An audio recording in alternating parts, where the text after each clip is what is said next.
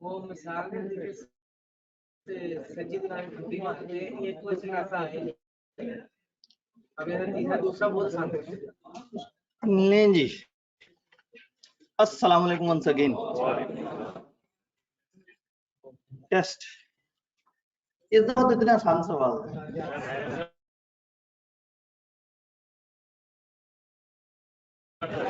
एक सवाल में से परसेंटेजेस निकालनी थी।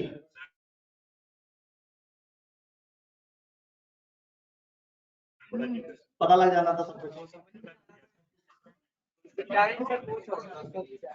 तो हमारे जो चैप्टर आई के सबसे ज्यादा पसंद है, हमने 3 दफा टेस्ट किया, लेकिन इस दफा सबसे आसान सवाल। क्वेश्चन 2 अगर आप देते हो बाकी साहब ठीक है जी। हमारे पास यहाँ पे भी टेस्ट है ना सामने। वाह जी। एमसीक्यू तो नहीं ना डिस्कस करने खुदा वास्ता, तस्वीरें बना के आप लोगों को जो है ना, ये क्यों नहीं शेयर क्यों नहीं हो रही?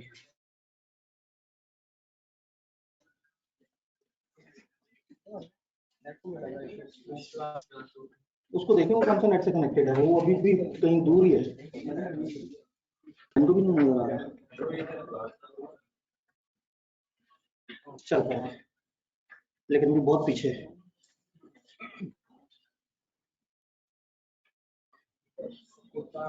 जी, तो मैं आप लोगों को बता रहा था कि हम लोगों को तो तस्वीरें बना के कि आप लोगों को मसला ना पड़े। पहले सोचा काऊ बनाए, उसके बीच में कैश की पोटली दिखा दे, फिर हमने कैश अलग दिखाया, काऊ अलग, ताकि बच्चे दो अलग अलग लफ्जों के साथ अलग अलग जो है उसको। तो अभी भी अगर आप नहीं पहुंचे तो फिर पता नहीं कहाँ पहुंचे। आगे तो हलवा था। क्वेश्चन 2 मैं कहता हूँ कि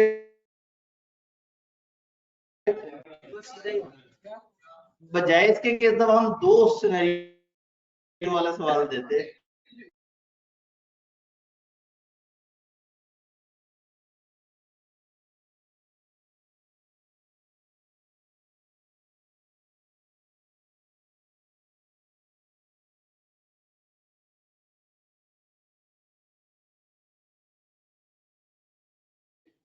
एक 12 नंबर का सीधा सीधा प्यारा सा सवाल, मार्केट सेगमेंटेशन और इन दोनों के जो वो हैं कस्टमर्स है या मार्केट है,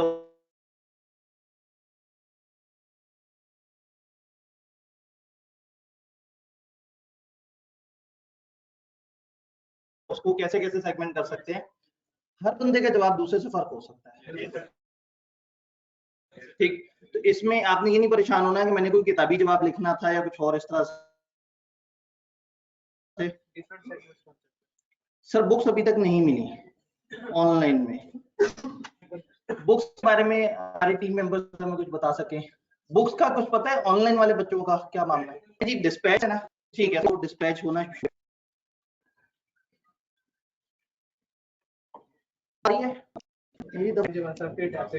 जी। आवाज आ रही है? ऑनलाइन में आवाज आ रही है? सर आ ही नहीं रही। और आगे बुक्स,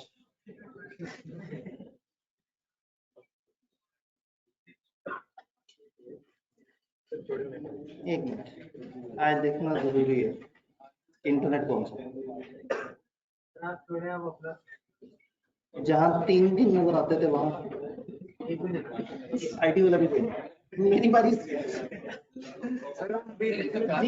कोई आईटी वाला बंदा है आसपास?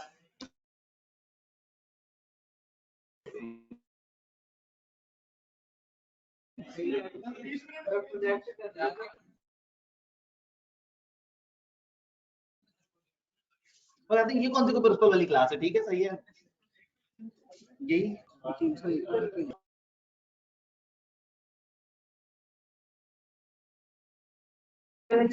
जी मुझे थोड़ा आप फीडबैक दीजिएगा आवाज के बारे में। स्क्रीन हिला के देखते हैं कि वहां फोन से हिली है नहीं। ओके हो गई,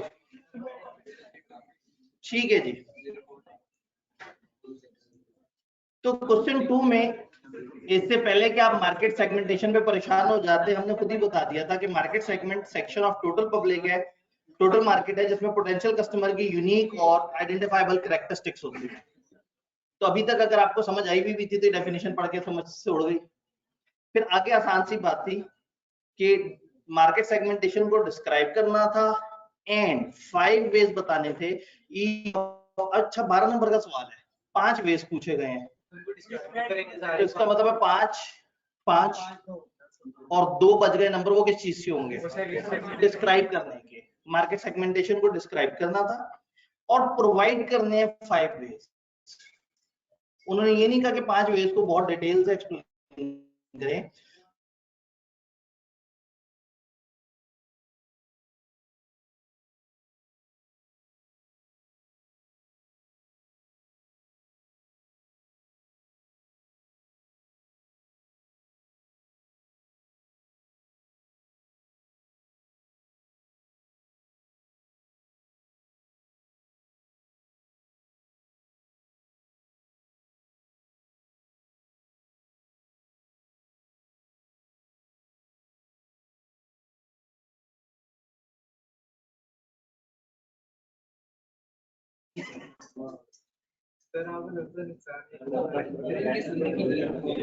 मेरे को कनेक्शन में मसला रहता है। अब आ गई आवाज? अब ओके है। अच्छा जी, सवाल प्रेजेंट और तरह से हुआ होता है, इसको एक आसान तरीके से प्रेजेंट करते हैं, फौरन से पकड़ लेते हैं। तो आप जैसे सवाल ने पूछा क्या है? सवाल ने ये कहा है कि एंड पे the ideal market growth rate for industries are as follows. 4 industries में ग्रोथ का आइडियल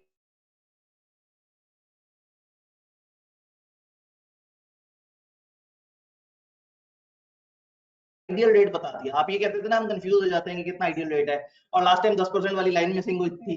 मार्केट इंडस्ट्री और मार्केट शेयर मोर देन 40% अगर किसी भी इंडस्ट्री में होगा तो वो हाई होगा। अब आप कहेंगे यहाँ मोर का वर्ड गायब था, हम कंफ्यूज हो गए। आपने किसी से पूछा होगा, उसने बता दिया होगा, और ना भी पूछो तो देख के समझ आ जाता है कि वो कहना क्या चाह रहे हैं। लेस देन 40% को तो हाई नहीं ना कहेंगे, तो मोर देन 40% मार्केट शेयर। तो अब आपको पता है कि बीसीजी मैट्रिक्स के हिसाब से क्लासिफाई करना है और प्रेजेंट करना है इंडस्ट्री वाइज समरी में। ये दूसरी रिक्वायरमेंट बड़ी मजे की थी। सबसे पहले आप क्लासिफाई करें, फिर हर इंडस्ट्री के हिसाब से, इसका मतलब ये है कि आपने 16-17 प्रोडक्ट्स को पहले इंडस्ट्री वाइज लिखना है और फिर आगे बता देना है कि ये उन 4 में से कौन सी है। वो 4 कौन से? बीसीजी वाले 4 और वो वाले 4। इन्हें का टाइम बहुत थोड़ा सर, वो इतना सवाल आपको उसमें मिलता ना कॉस्ट वाले पोर्शन में, तो आप कहते सर बड़ा टाइम था हमारे पास, हम बड़ी आराम से कैलकुलेशन कर ली।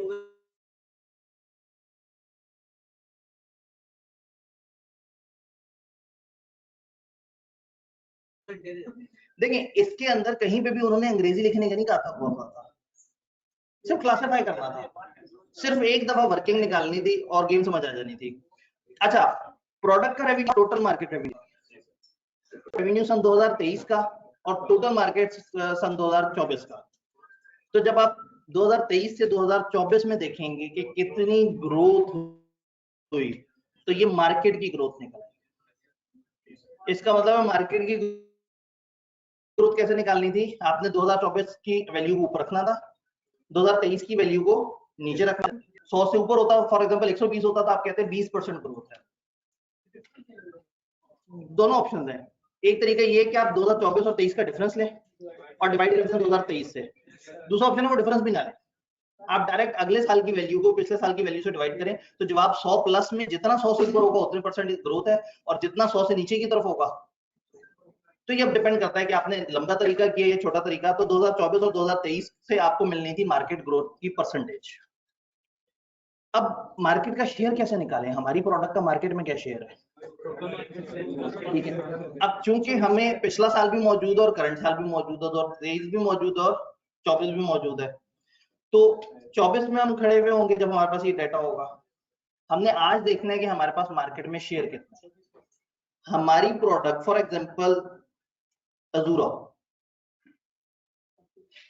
ये 1797 मिलियन इसका रेवेन्यू है 2024 में, इस प्रोडक्ट का रेवेन्यू, और इस पूरी मार्केट का रेवेन्यू कितना है 3744। तो मैं प्रोडक्ट को मार्केट पे डिवाइड करूंगा तो मुझे पता लग जाएगा कि पूरी मार्केट में मेरी प्रोडक्ट का शेयर कितना है। तो दो नए कॉलम बनने थे, एक में मार्केट शेयर आना था, मार्केट ग्रोथ आनी थी, और एक में हमारी प्रोडक्ट का जो शेयर है वो आना था। ये दोनों से हमें पता लग जाना था कि ये उन चार में से कौन सा है। बस ये ध्यान रखना था कि प्रोडक्ट कौन सी इंडस्ट्री की है, क्योंकि हर इंडस्ट्री के नीचे जो वो ग्रोथ रेट है वो डिफरेंट दिया हुआ है। तो मार्केट शेयर तो जिसका 40% ऊपर नजर आया हमने उसको हाई मार्केट शेयर कह देना है। अब हाई मार्केट शेयर में दो ही कैटेगरीज हो सकती हैं, या कैश को हो सकती है या स्टार हो सकती है। और दूसरी तरफ जो है ना, तो ये बेसिकली दो और कॉलम बनने थे, उनमें जवाब आना था और आगे उनकी क्लासिफिकेशन। लेकिन सवाल ने कहा था कि हमें इंडस्ट्री वाइज आपने समरी देनी है, तो आपने क्या करना था, फॉर एग्जांपल हेडिंग दे देते केमिकल, और केमिकल के नीचे की जितनी भी 3-4 प्रोडक्ट्स हैं उनको लिख के और कह देते कि ये फलाना है, ये काओ है, ये इस तरह से है और ये इस तरह से है। तो ये एक मजे का सवाल था। डाटा से आपने थोड़ा सा दिमाग इस्तेमाल करके ही समझना था कि हमें बीसीजी के लिए दो वेरिएबल्स कौन से चाहिए होते हैं, मार्केट की ग्रोथ और हमारा जो शेयर है मार्केट में। बिल्कुल सर, ऑनलाइन में एक भाई बिल्कुल हमारे साथ हैं। हलवा सवाल था सर। ये वो वाले बच्चे हैं ना जो पेपर देने के बाद कहते हैं कि तारीख का इजीएस्ट पेपर आया, सारे ने ढूंढ रहे होते हैं। ठीक है जी, ये असल में सवाल अच्छा था। इसमें ना बड़े अच्छे से डिस्क्रिप्टिव सवालों की प्रैक्टिस हो रही थी, तो सोचा जरा थोड़ा सा ऐसा सवाल जिसमें आपकी एनालिटिकल कैपेबिलिटीज भी उजागर हों। दिमाग जी, क्या चीज?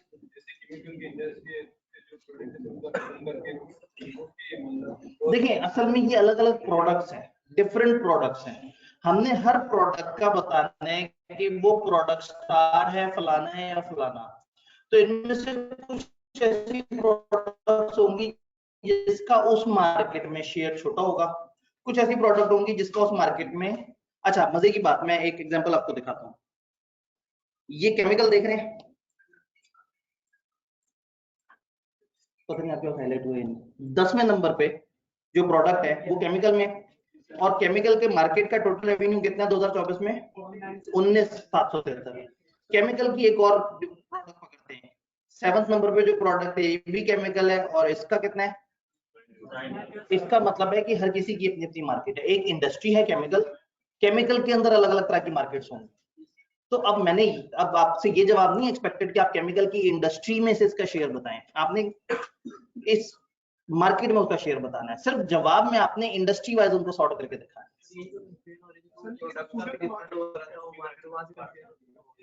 देखिए, classify all above projects on the basis of BCG matrix. उन्हें का ऊपर वालों को क्लासिफाई करते हैं। क्लासिफाई करने का मतलब है आपने उनको अलग अलग जगह पे प्लेस कर देना है कि वो है वो है ये वो है वो, and present them in a industry wise summary. सिर्फ उसको प्रेजेंट आपने इंडस्ट्री वाइज करना है। ये एक एक्स्ट्रा जुमला डालने से हमने आपको तकलीफ देने की जो कोशिश की थी उसमें हम कामयाब हुए। अब आप ये नहीं कह सकते कि जी मेरे पास प्रैक्टिस क्वेश्चन नहीं है। ये प्रैक्टिस क्वेश्चन ना सिर्फ हमने देखे हैं समझे हैं बल्कि क्लास में डिस्कस भी किए हैं। जब भी आपने चैप्टर 7 करना है तो आपके पास अब 3 टेस्टों में अच्छे खासे इजाफी प्रैक्टिस क्वेश्चन हैं, उनको करना है। एमएफए का अगर कोई सवाल आया हुआ है पास में वो करना है, और बीएमबीएस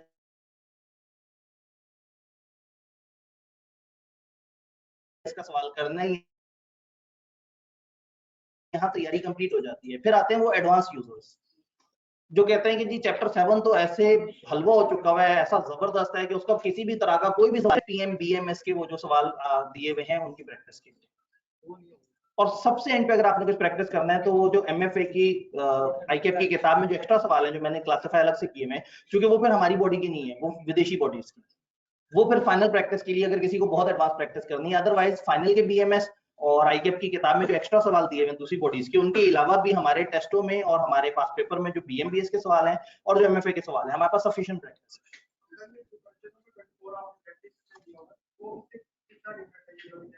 क्वेश्चन नंबर 24 जो दिया हुआ है उससे कितना डिफरेंट है दिखाएं जी। उसकी वैरायटी और होगी, हमने इसको मेटीरियली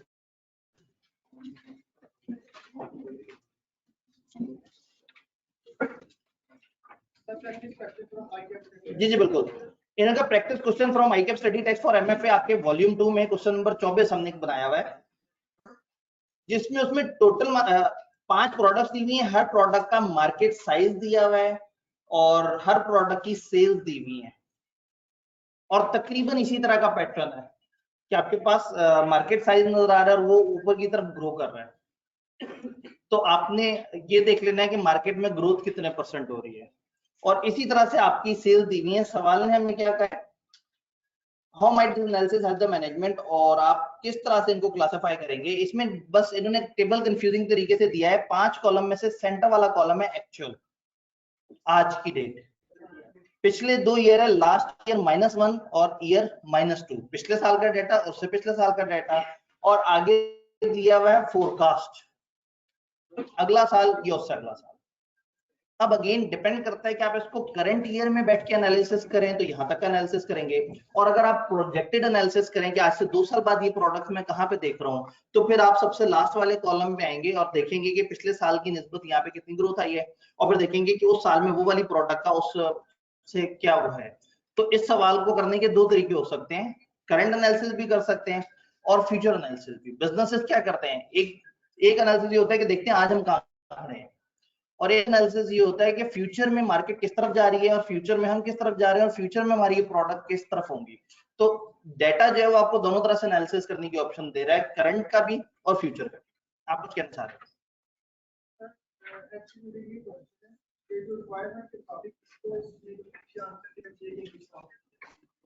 ये किस फॉर्म में दी है?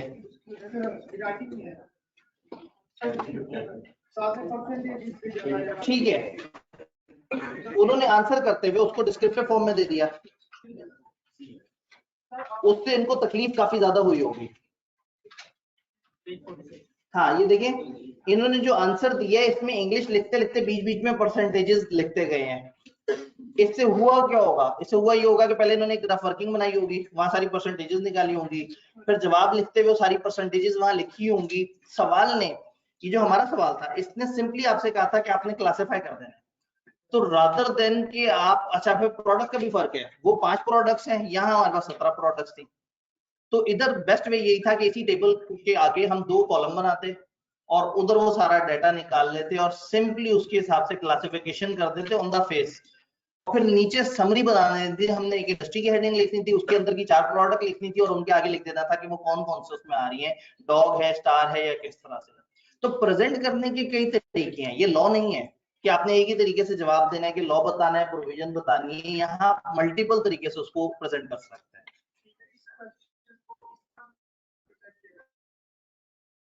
किया जा सकता है, बिल्कुल किया जा सकता है। आप उसमें वो बना के मजीद रोज बना के या कॉलम बना के आप उसके अंदर वो कैलकुलेशन दे सकते हैं, बिल्कुल ऐसे। बीसीजी के क्वाड्रेंट्स के मुताबिक जवाब देना था, जो हमारे पास टेस्ट में सवाल था। मतलब जरूरी नहीं कि आप उसकी वो ऐसे डायग्राम बनाएं और उसके अंदर उसको दिखाएं, वो जरूरी नहीं है। अगर यहाँ पे इन्होंने ये इंडस्ट्री वाइज ना कहा होता तो चलो हम इस तरह से बना के क्वाड्रेंट्स में दिखा देते, एमी अच्छा प्रेजेंट करने के लिए। लेकिन जब तक सवाल आपसे कोई खास प्रेजेंटेशन ना कहे, आप पे वाजिब नहीं है, आप अपने सवाल को खूबसूरत बनाना चाहते हो आपके अपनी।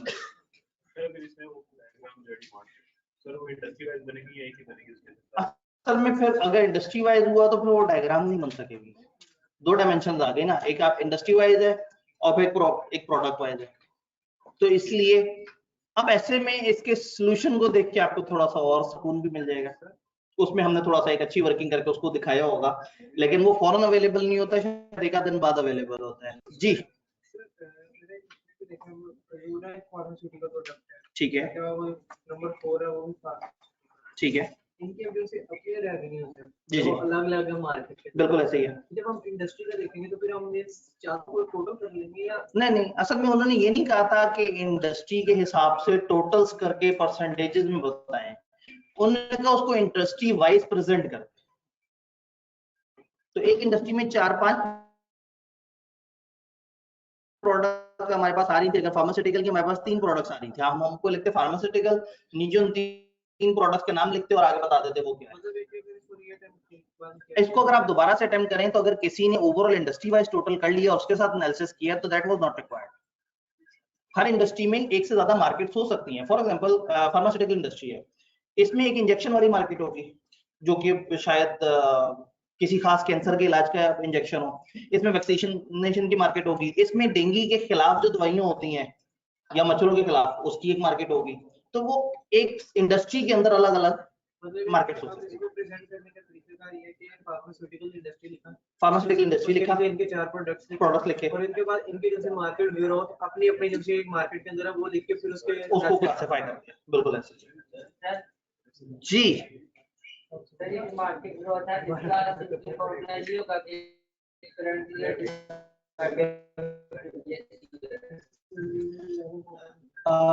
मार्केट ग्रोथ में करंट को प्रीवियस ईयर से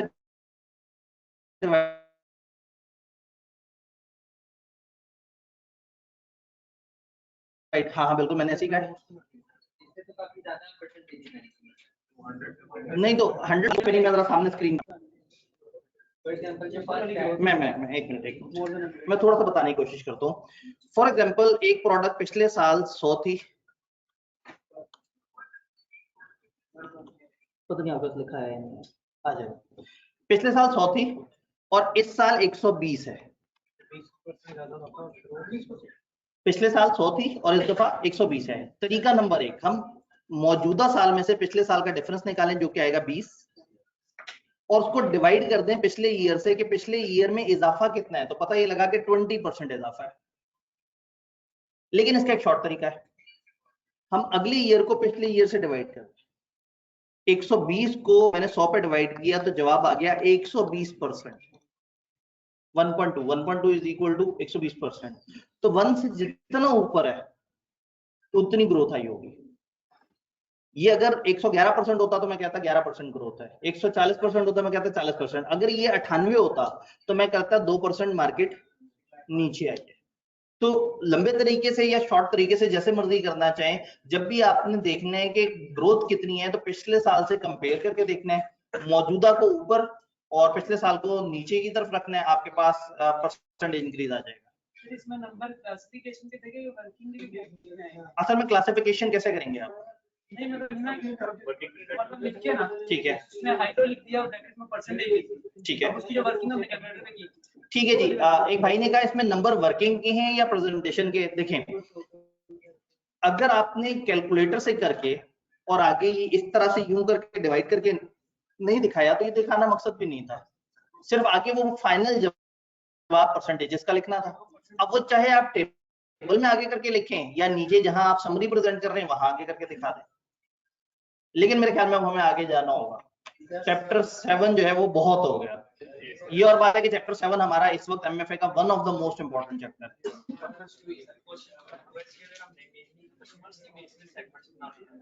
जी बिल्कुल, ऐसे ही है हमेशा, सेगमेंटेशन कस्टमर्स के हिसाब से होती है। असल में एरिया भी तो कस्टमर्स की ही वो कैटेगरी है ना कि उस इलाके के लोग उस इलाके के लोग। जैसे अब रेलवे के जरिए भी एक सेगमेंट हो सकता है ना कि ट्रेन है उनके डिफरेंट रूट्स होते हैं। बिल्कुल, और साथ में भी एक सेगमेंट हो सकता है जैसे आप टाइम मतलब कुछ ट्रेन रात को सफर करती हैं फिर दिन को तो कस्टमर की प्रेफर अपने मुताबिक। किस चीज की? मुझे ऐसा क्यों लग रहा है जैसे आप लोग मौजूद ही नहीं थे यहाँ पे जब मैं सवाल नंबर 2 को डिस्कस कर रहा था। सवाल नंबर 2 पे आया आपने वो सर शुगल मुगल ये वो सर आगे चले आगे चले आगे चले। सवाल 3 पे अच्छी खासी डिस्कशन होने के बाद अब जब मैं टेस्ट बंद करके सामने लेक्चर लेके आ रहा हूँ तो अचानक से सवाल 2 क्यों जिंदा हो, उस पे मैं पूछता रहा हूँ। मैंने कहा भाई इसमें बताएं, आप सबने जनाब नहीं सर मसला था ही 3 में मसला था, 2 तो हलवा था, 2 में कुछ।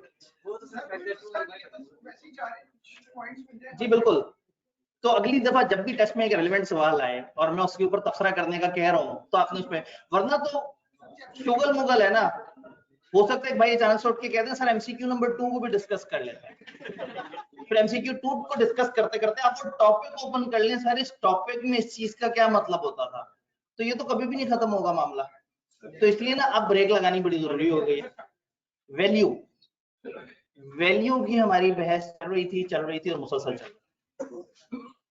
हमने एक बात की थी कि वैल्यू के 2 तरीके हैं, आप या तो प्राइस लीडरशिप की तरफ आ जाएं या डिफरेंशिएशन की तरफ आ जाएं।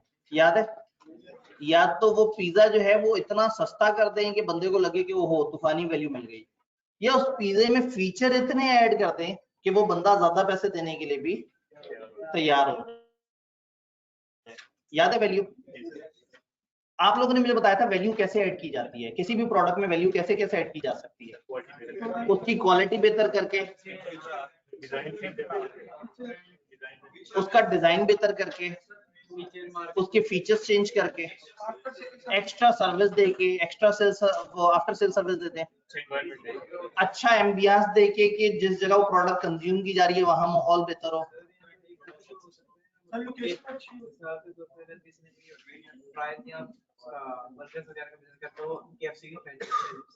ठीक है, वैल्यू देने का एक तरीका ये है कि आप ब्रांड के साथ अटैच हो जाएं, तो ब्रांड भी वैल्यू देता है, ब्रांड का नेम वैल्यू देता है, लोकेशन अच्छी होनी चाहिए वो वैल्यू देती है। तो वैल्यू कई तरीके से ऐड की जा सकती है और बिजनेस कमाता ही वैल्यू का। अगर आपको वैल्यू समझ आ जाए तो गेम बहुत मजेदार है।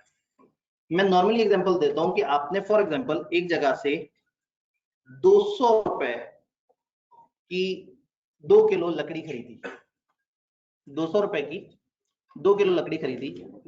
जहां से आपने 200 रुपए की 2 किलो लकड़ी खरीदी है उसी जगह पे क्या ये लकड़ी 300 की बेची जा सकती है? आपने उनसे ली 200 रुपए की और कहें अभी मैं 300 की बेचना चाह रहा हूं, आपने कोई वैल्यू ऐड की उसमें? नहीं। आप कोई वैल्यू ऐड कर देंगे तो शायद आप वो महंगी बेच सकते हैं। आपने लकड़ी एक ऐसी जगह से ली जहां लकड़ी मिलती है और उसको उठा के एक ऐसी जगह ले आए जहां लकड़ी नहीं मिलती, अब वहां 300 की भी बेच सकते हैं। आपका शायद ट्रांसपोर्टेशन पे 30 रुपए खर्चा हुआ हो, लेकिन आपने 200 रुपए की चीज को उठा के 300 कर दिया, यानी कि आप जो लकड़ी है वो उठा के लेके आए और आपने 100 रुपए की वैल्यू ऐड कर दी। ये है वैल्यू लोकेशन के हिसाब से। जिसके शहर में नहीं मिलती थी उसके शहर में आपने 2 किलो लकड़ी उसको प्रोवाइड कर दी और 100 रुपए ज्यादा चार्ज कर लिए। वो खुशी से 100 रुपए दे रहा है क्योंकि उसके लिए वैल्यू है, उसको उसके शहर में बैठे बैठे वो लकड़ी मिल गई। ठीक है, एक स्टेप आगे चलते हैं। आपने ये लकड़ी को छोटी छोटी सी स्टिक्स में काटा और इसकी तराश करके इसको बड़ी खूबसूरत सी लकड़ी की स्टिक्स बना दी। इस पे शायद आपका लगा होगा 25 रुपए लेबर का ऑन एवरेज, अगर आप हजारों सैकड़ों कुर्सियों में बात कर रहे हैं। शायद अब ये स्टिक आप 400 रुपए की बेच सकते हैं। फिर आपने 30 रुपए लगाए, कुछ कीलें शीलें इसमें ठोकी और इन स्टिक को कुर्सी की शक्ल दे दी। अब ये 500 की बेच सकती है। अभी तो रॉ कुर्सी है ना, ये 500 की बेच सकती है। फिर आपने क्या किया, 20 रुपए की इसके ऊपर पॉलिश कर दिया। आप कहेंगे सर 20 रुपए की कहाँ पॉलिश होती है? कारखाने वालों को इतनी की ही मिलती है, वो तो हम कंज्यूमर के लिए सारे रेट ज्यादा होते हैं ना। तो 20 रुपए की पॉलिश उठा के इस कुर्सी के ऊपर पॉलिश कर दी, कुर्सी की कीमत हो गई 600। 50 रुपए का फोम लगाया, कुर्सी हो गई 800 रुपए की। उसके ऊपर एक बड़े ही ब्रांडेड के साथ कंपनी का नाम डाला, कुर्सी 2000 की हो। आप ये देखें कि बाकी सारी चीजें जो असल में लग रही थी उनसे 100 रुपए 150 रुपए बढ़ रही थी। एक ब्रांड नेम आया और कुर्सी को डायरेक्ट 1000 रुपए उसकी वर्थ बढ़ा दी। चलो ब्रांड नेम बना के आपने एक शॉप पे उसे रखा 2000 की सेल पे। अगर उस शॉप के बजाय आप उसको एक सुपर स्टोर में जहां पे बहुत एक्टिव क्लास के लोग आते हैं चीज खरीदने के लिए वहां पे रख दिया, तो आपने उसे कर दिया 4000। ये सब क्या हो रहा है? 200 रुपए आपकी कॉस्ट थी और उसके बाद से अब तक टोटल मिला के आपका जो मजीद खर्चा लगा होगा वो 230 रुपए लगा होगा। क्यों कस्टमर्स या कंज्यूमर ज्यादा पैसे देने के लिए तैयार होते जा रहे हैं? खाली लकड़ी थी, उसके इतने यूजेस नहीं थे। हाँ, उस शहर में जहाँ लकड़ी नहीं मिलती उनके लिए वैल्यू थी। लकड़ी के बजाय स्टिक्स की ज्यादा वैल्यू थी, स्टिक्स के बजाय कुर्सी की ज्यादा वैल्यू थी, कुर्सी के बजाय पॉलिश हुई हुई कुर्सी, उसके बजाय फोम वाली कुर्सी, और अगेन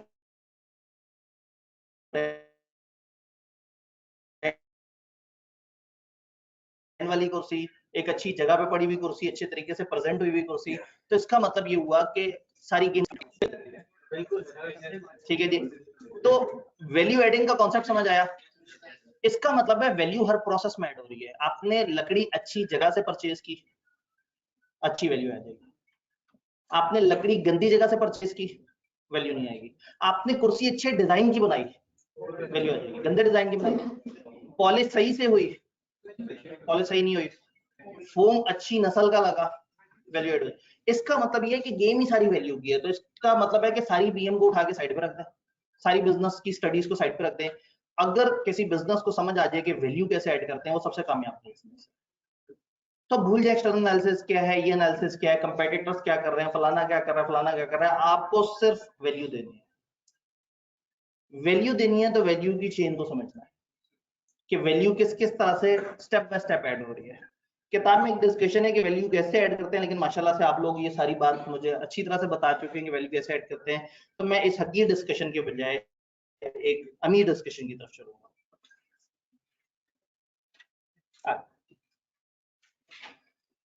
हमारा एक और मॉडल, अब तक हमने कितने मॉडल पढ़े हैं भला? कौन से 3?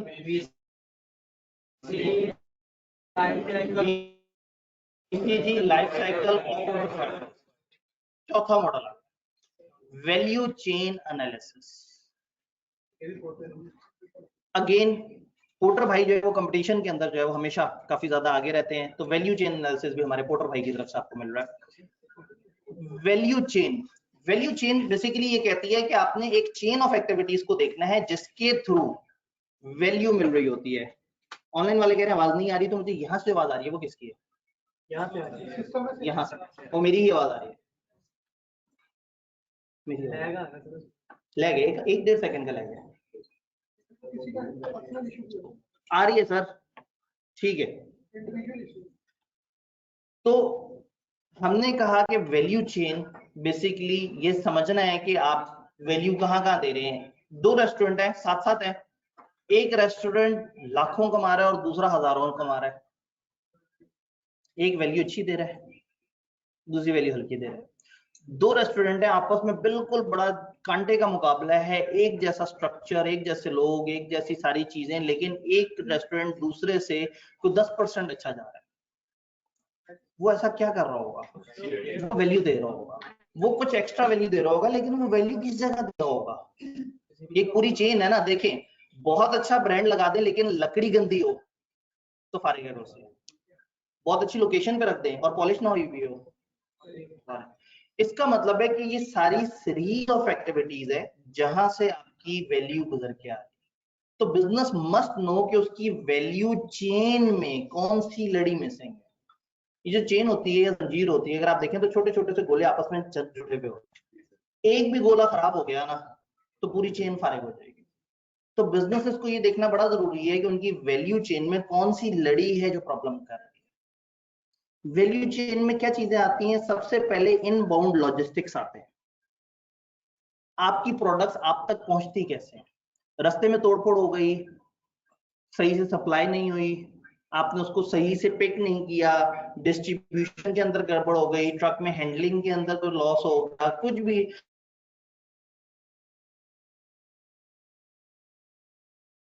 यानी कि सबसे पहले ये है कि आपका जो माल है आप तक जिस तरीके से पहुंचता उसमें वैल्यू होनी चाहिए। आसान अल्फाज में आपके इनपुट्स में वैल्यू होनी चाहिए। देन आपके ऑपरेशंस में वैल्यू होनी चाहिए। लकड़ी जहां से खरीदी गई है वहां से आपके गोदाम तक सही अच्छी हालत में पहुंचना इनबाउंड लॉजिस्टिक्स है। उसके बाद उस लकड़ी को अच्छी कुर्सी में कन्वर्ट करना, ये आपके ऑपरेशन है। तो वैल्यू आपके ऑपरेशन में भी होनी चाहिए। देन उसके बाद आउटबाउंड लॉजिस्टिक्स, जैसे आपको इनवर्ड और आउटवर्ड का कॉन्सेप्ट क्लियर है ना, तो अब कस्टमर तक भी चीज जो पहुंचे वो भी सही तरीके से पहुंचे, उसको टूटी बची हालत में ना पहुंचे, उसको किस तरह से आपने डिलीवर करना है, उसको शोरूम पे दिखाना है, उस तक प्रोडक्ट पहुंचानी है, उसको अपने पास विजिट करवाना है, ये आउटवर्ड लॉजिस्टिक्स। देन आपकी मार्केटिंग एंड सेल्स, बड़ी अच्छी आपकी क्वालिटी हो लेकिन आपका मार्केटिंग एंड सेल्स डिपार्टमेंट का काम ना कर रहा हो तो सब बेकार। और देन आपकी सर्विस, ये 5 चीजें हैं जो मिला के मेनली ये प्राइमरी एक्टिविटीज हैं जो लोगों को वैल्यू देती हैं। अगर मेरा रेस्टोरेंट अच्छा नहीं चल रहा और साथ वाले का रेस्टोरेंट अच्छा चल रहा है तो मुझे ये देखना है कि जो प्राइमरी एक्टिविटीज हैं इसमें मेरा और उसका क्या फर्क है, वो कहां से गोश्त और सब्जियां खरीदता है, इवन ऑयल कहां से खरीदता है, वो उनको किस तरीके से अपने पास लेके आता है, उसके पास रखी हुई सब्जियां, उसके पास रखा हुआ जो गोश्त है वो किस तरह से प्रिजर्व हो। नंबर 1। नंबर 2, उनकी रेसिपी क्या है, मेरी रेसिपी क्या है। नंबर 3, हम कस्टमर्स को किस तरह से प्रेजेंट कर रहे हैं। नंबर 4, लोग हमारे रेस्टोरेंट में आएंगे ही तब जब हम बताएंगे कि हमारा रेस्टोरेंट एग्जिस्ट करता है।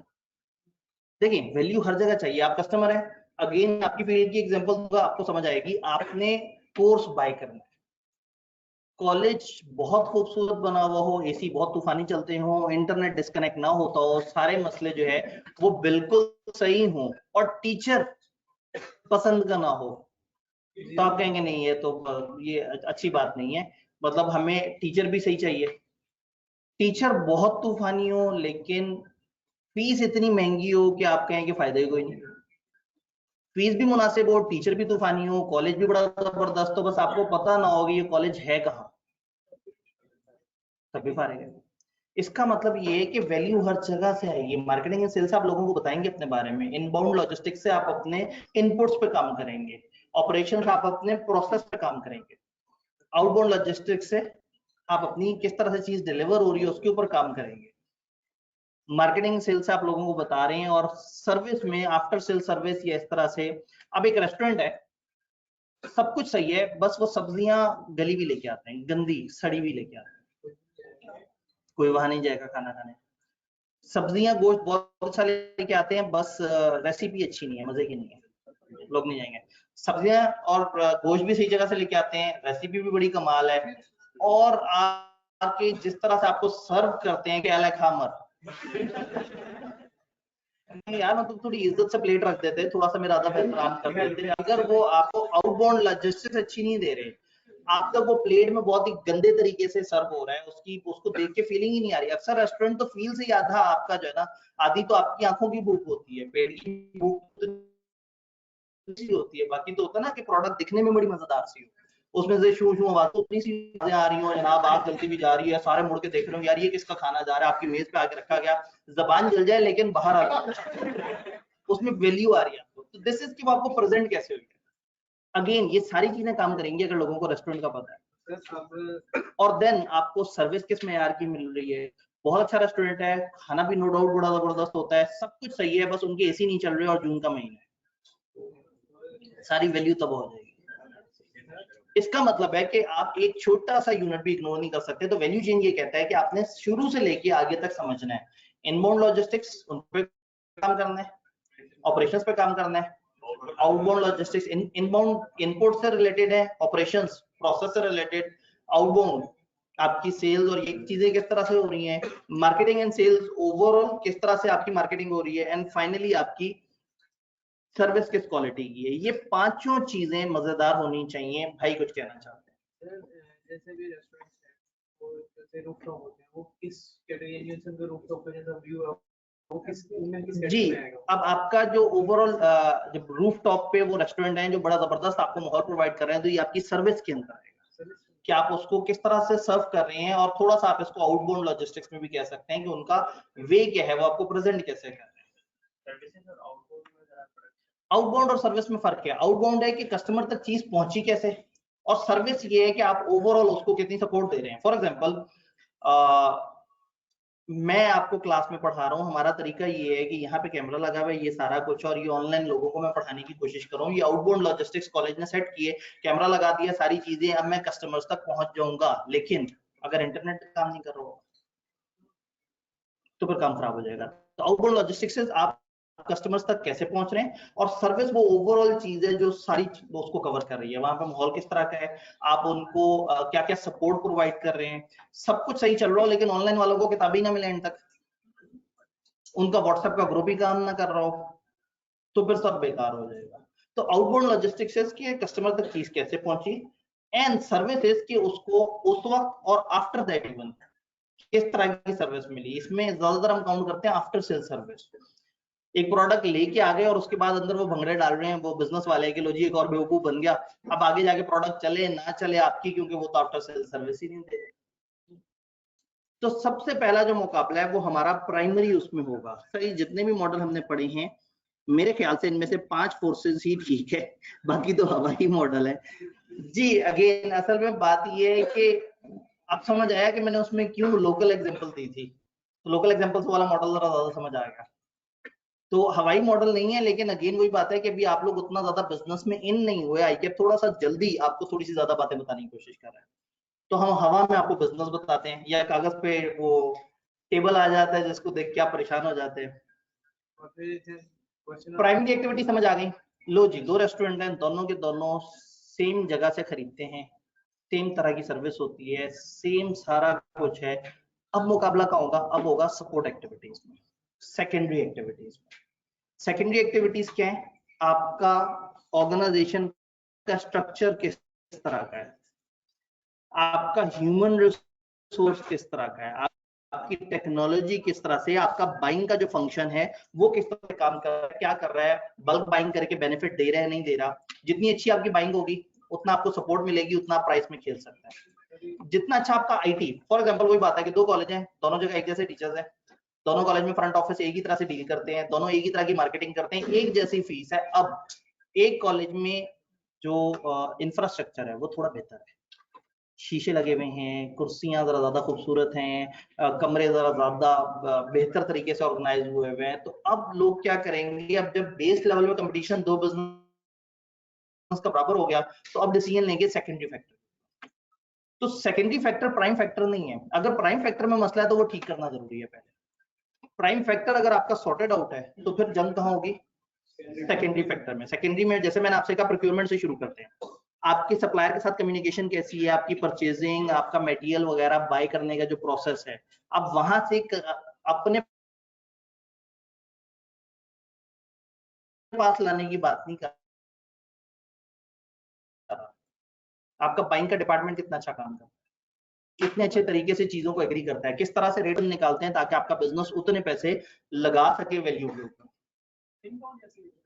इनबाउंड वहां से हमारे पास पहुंचने तक का प्रोसेस है, वो है बाइंग आप कहां से कर रहे हैं, बाइंग कितने की कर रहे हैं, बाइंग में आपके सप्लायर के साथ रिलेशंस कैसे हैं। अगेन वही बात है कि एक प्रोडक्ट जो 1000 की मिलती थी अगर हमने 900 की ले ली तो 100 रुपए हमारे पास इजाफी आ गए। ये 100 रुपए हम किसी ना किसी जगह अपनी चेन में किसी भी चीज की वैल्यू को इंप्रूव करने के लिए ऐड कर सकते हैं। तो इस पूरी चेन को समझना है, नजर नहीं आ रही, इसको वर्चुअली समझना है। इसमें प्राइमरी एक्टिविटीज है, सेकेंडरी में फिर टेक्नोलॉजी। अगेन 2 रेस्टोरेंट एक जैसे हैं, सब कुछ सेम है, एक रेस्टोरेंट टैब पे ऑर्डर ले रहा है, एक मैनुअल ऑर्डर ले रहा है, तो वो एक टेक्नोलॉजी से आगे चला जाएगा। एक ने अपनी ऐप बनाई हुई है, तो दो कॉलेज हैं, दोनों ऑनलाइन क्लासेस दे रहे हैं, एक की अपनी ऐप बनी हुई है और दूसरा वो कहता है कि जाओ यूट्यूब पे जाके यूं सर्च करना, ऐसे करके लिंक पे क्लिक करना आ जाएगी। तो जिसने टेक्नोलॉजिकली अपने आप को इम्प्रूव कर लिया वो बाजी ले जाएगा दूसरे के ऊपर। बट वो बाजी कब लेके जाएगा, जब नीचे प्राइमरी चेन कवर हो। प्राइमरी में अगर वो हार रहा हो तो सेकेंडरी जितनी मर्जी खूबसूरत बना ले, बिल्डिंग जितनी मर्जी खूबसूरत कर ले, अच्छा टीचर नहीं है तो नहीं बिकेगा। बिल्डिंग जितनी मर्जी टूटी भज्जी हो, टीचर अगर अच्छा सर्व कर रहा है तो इवन एसी भी नहीं काम कर रहा ना, चल जाता है। पता नहीं आप लोग उस मार्फत के लेवल से गुजरे या नहीं गुजरे। तो अच्छे टीचर से पढ़ने के लिए तो लोग जमीन पे बैठ के, टाट पे बैठ के पढ़ रहे होते हैं, पुराने जमाने से ये इस तरह से चलता आ रहा है। तो अगेन कुछ चीजें सेकेंडरी है, कुछ प्राइमरी है। प्राइमरी पे पहले जंग होगी, फिर अगली जंग होगी सेकेंडरी पे। फिर आपका एचआर कैसा है, आपके लोग कैसे हैं, जिस ऑर्गेनाइजेशन में जितने अच्छे लोग होंगे उस ऑर्गेनाइजेशन का ओवरऑल कल्चर उतना अच्छा होगा, जिससे ओवरऑल वो ऑर्गेनाइजेशन किसी को उतनी ही अच्छी वैल्यू डिलीवर कर सकेगी। अब ये हवाई बात है, एक ऑर्गेनाइजेशन में एचआर के लोग अच्छे हैं और एक जगह अच्छे नहीं है, लेकिन सामने से सर्विस अच्छी नहीं है, तो फिर आपने उन लोगों का अचार थोड़ी डालना है। कि लोग बहुत अच्छे थे, बड़े प्यार से बिठा के जो है चाय पिलाई और पूछा खैर खैरियत। तो इंसान अच्छे और सिस्टम खराब, तो ये लोगों को बर्दाश्त नहीं। हाँ, सिस्टम दो जगह का एक जैसा और एक जगह इंसान भी मीठा बोलते हो, तो फिर आप जो है उन लोगों को प्रेफर करेंगे कि नहीं यार। अक्सर बच्चे तो फेसबुक पे आके कहते हैं यार मैं फलाना कॉलेज या फ्रंट ऑफिसर ने मेरे से ऐसे बात की, मैं उठ के आ गया। यानी वो अगले लेवल पे गया ही नहीं कि भाई आगे क्या होना था, किस तरह से होना था। अगर आपको स्टार्टिंग में ही सही से ना हैंडल किया जाए तो कस्टमर ना बड़ी अजीब सी चीज होता है। ये बड़ी मंतक की बात है कि हर बंदे का अपना मिजाज है। कोई किसी शहर से उठ के आया, कोई किसी गांव से उठ के आया। किसी को किसी लहजे में बात की आदत है, किसी को किसी लहजे में। किसी को डिस्काउंट चाहिए, किसी को डिस्काउंट नहीं चाहिए, उसको अच्छे फीचर्स चाहिए। और आपने एक वक्त में उन सारी तरह के लोगों को एक लाइन में बिठा के डील करना है। इवन जो पहले बच्चा बैठा है वो डिस्काउंट मांग रहा है और जो पीछे बच्चा खड़ा उसके हाथ में आईफोन है, उसने बिल्कुल डिस्काउंट नहीं मांगना। लेकिन सामने वाले बच्चे की बार्गेन देखते हुए पीछे खड़ा हुआ बंदा सोचता है कि मैं पागल हूँ, मैं क्यों दे रहा हूँ 25,000। ये बच्चे ने कितनी खूबसूरत सी स्टोरी सुनाई है, मैं भी इस तरह की कोई करीब करीब की स्टोरी निकालता हूँ और उससे जो है वो मैं थोड़ा सा इनको इमोशनल करके 5-6 हज़ार का डिस्काउंट ले लूं। तो अगेन मतलब ये जो सबसे मुश्किल चीज है ना दुनिया में, वो है कस्टमर्स को डील करना। तो रादर देन कि हम अलग अलग कस्टमर के हिसाब से सोचें, हम ये देखते हैं कि वो क्या क्या तरीके हैं जिनसे हम वैल्यू दे सकते हैं और क्या क्या चीजें हैं जिससे हम अपनी वैल्यू की जो एक्टिविटी उनको बेहतर कर सकते हैं। तो आपको बाद में एक एक लाइन की इंग्लिश में ये सारी चीजें नजर आएंगी। डायग्राम तो सिर्फ कंपनी की मशहूरी के लिए थी, सिर्फ एक मॉडल दिखाने के लिए कि मॉडल की डायग्राम इस तरह से। अल्टीमेटली अगर आप कुछ याद करना चाह रहे होंगे तो प्राइमरी एक्टिविटी में inbound logistics, all activities concerned with receiving end storing materials. Operations, the way in which inputs are converted into outputs. Outbound logistics, associated with getting goods and services to buyer, customer तक चीज पहुंचाने का. Marketing and sales, informing buyer and consumers about products and services. और service, maintaining product performance after product has been sold. Product के बिक जाने के बाद भी आपकी तरफ से सर्विस मुसलसल मिल रही है. Support एक्टिविटीज में प्रोक्योरमेंट, रिसोर्सेज कैसे रिक्वायर हुए, किस तरह से आपने एक्वायर की चीजें, कैसे खरीदी, कितने रुपए पे खरीदी, क्या नेगोशिएशन की, किस जगह से खरीदी। Human resource management, HRM, recruiting, developing, motivating and rewarding the workforce. आप अपने वर्कफोर्स को कितना रिवॉर्ड करते हैं, किस तरह से रिक्रूट करते हैं, कैसे मोटिवेट करते हैं। देन टेक्नोलॉजी डेवलपमेंट, जिसके आगे उन्होंने कोई डिस्कशन नहीं की क्योंकि उन्होंने सोचा कि ये दो वर्ड्स ही सेल्फ सफिशिएंट है कि आपकी टेक्नोलॉजी दूसरों से कितनी बेहतर है। एंड आपका इंफ्रास्ट्रक्चर, आपका सपोर्ट सिस्टम, आपके फंक्शंस, आपका ये ओवरऑल ऑर्गेनाइजेशन का इंफ्रास्ट्रक्चर कहलाता है, जिसमें आपके डिपार्टमेंट्स कैसे काम करते हैं, आपके कितने डिविजन्स बने हुए हैं, आपके इदारे की शक्ल कैसी है, आप कस्टमर्स को आपका क्या फेस नजर आता है, वो किस तरह से आपके पास आते हैं। तो आपका ओवरऑल इंफ्रास्ट्रक्चर, जिस तरह से मैं एग्जांपल देता हूँ ना कि अच्छी बिल्डिंग नहीं थी, तो ये भी इंफ्रास्ट्रक्चर में आता है।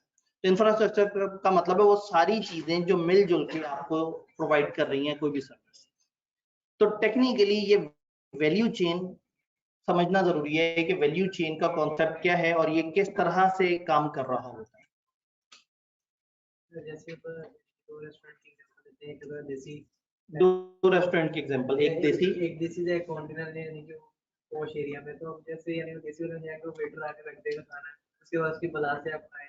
लेकिन जैसे अगर आप ये जैसे पॉश एरिया में जाते हैं तो वहाँ देखेंगे कि मैनेजर आपको बाद में आके आपसे डील करेगा, वही टेस्ट भी सेम होगा लेकिन सब कुछ सही होगा। बिल्कुल उन्होंने सही कहा कि लोकल एरिया में आप खा रहे हैं तो शायद वहां आपको उस तरह की सर्विस नहीं मिलेगी, उस तरह का एम्बियंस नहीं मिलेगा, लेकिन खाना शायद एक जैसा होगा। तो वही खाना कहीं 700 का और कहीं 3000 का।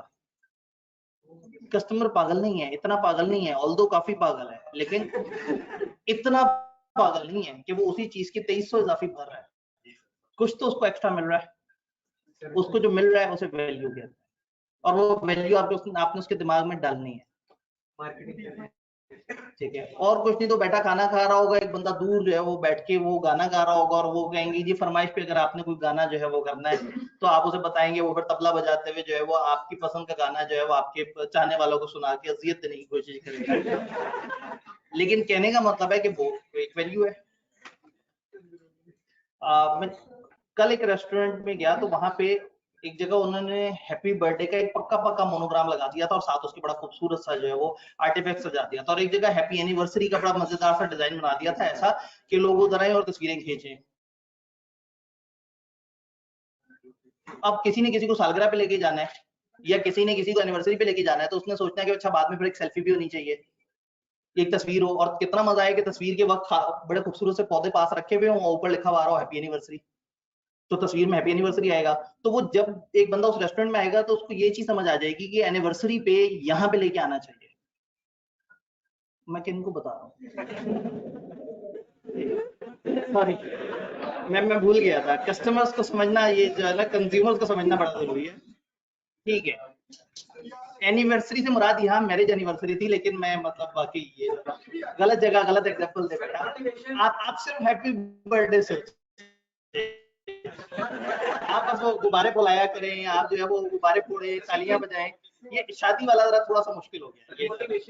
आप अपनी प्राइमरी वैल्यू चेन पे काम करें, सेकेंडरी पे मत सोचें।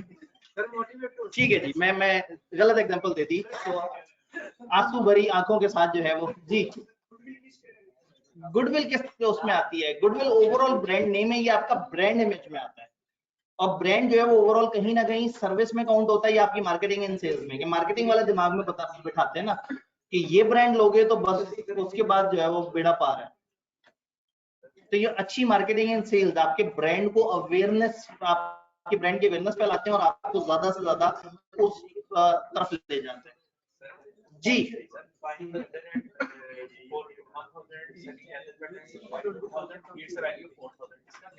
क्या चीज?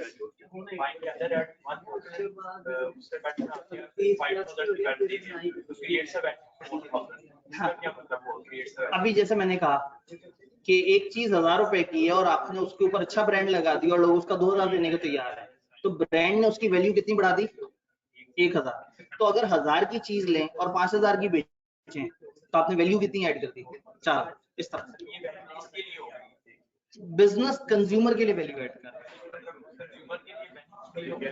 जी। वैल्यू का मतलब है कंज्यूमर को जो बेनिफिट मिल रहा है वो उसके लिए वैल्यू। ठीक है जी, गुफ्तगू को यहाँ तमाम करते हैं। मैं आपको किताब दिखाऊंगी, आपने पढ़ना क्या है